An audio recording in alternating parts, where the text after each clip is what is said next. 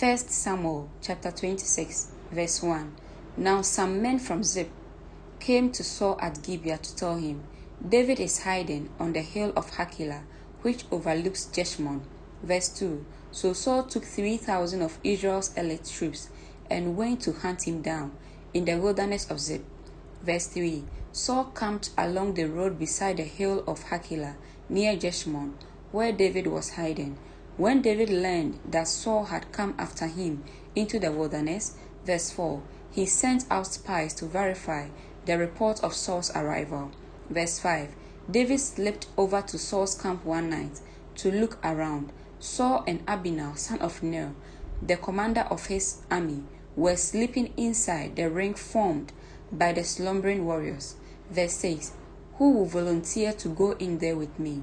David asked Ahimelech the Hittite and Abishai, son of Zeruiah, Joab's brother. I will go with you, Abishai replied. Verse 7, so David and Abishai went right into Saul's camp and found him asleep, with his spear stuck in the ground beside his head. Abner and the soldiers were lying asleep around him. Verse 8, God has surely handed your enemy over to you this time. Abishai whispered to David, let me pin him to the ground with one thrust of the spear. I won't need to strike twice. Verse 9, no, David said, don't kill him, for who can remain innocent after attacking the Lord's anointed one? Verse 10, surely the Lord will strike Saul down someday, or he would die of old age or in battle.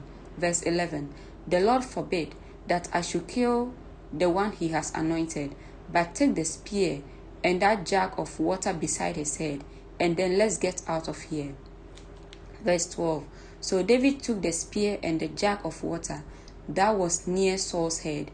Then he and Abishai got away without anyone seeing them or even waking up, because the Lord had put Saul's men into a deep sleep.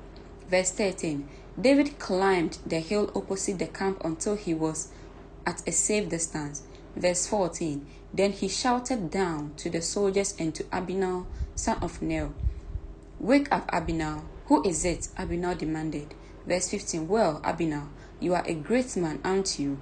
David taunted, where in all Israel is there anyone as mighty? So why haven't you guarded your master, the king, when someone came to kill him? Verse 16, this isn't good at all. I swear by the Lord that you and your men deserve to die because you failed to protect your master, the Lord's anointed. Look around. Where are the king's spear and the jug of water that were beside his head? Verse 17, Saul recognized David's voice and called out, is that you, my son David? And David replied, yes, my lord the king. Verse 18, why are you chasing me? What have I done? What is my crime? Verse 19, but now let my lord the king listen to his servant.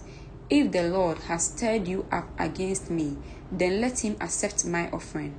But if this is simply a human scheme, then may those involved be cursed by the Lord. For they have driven me from my home, so I can no longer live among the Lord's people. And they have said, go, worship pagan gods. Verse 20, must I die on foreign soil, far from the presence of the Lord? Why has the king of Israel come out to search for a single flea? Why does he hunt me down like a partridge on the mountains? Verse 21, then Saul confessed, I have sinned. Come back home, my son, and I will no longer try to harm you, for you valued my life today. I have been a fool and very, very wrong. Verse 22, here is your spear, O king. David replied, let one of your young men come over and get it.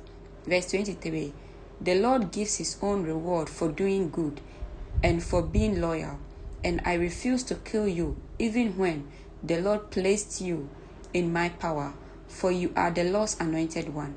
Verse 24, now may the Lord value my life as I have valued yours today.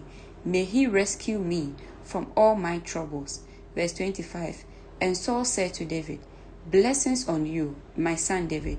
You will do many heroic heroic deeds, and you will surely succeed. Then David went away and Saul returned home. Amen.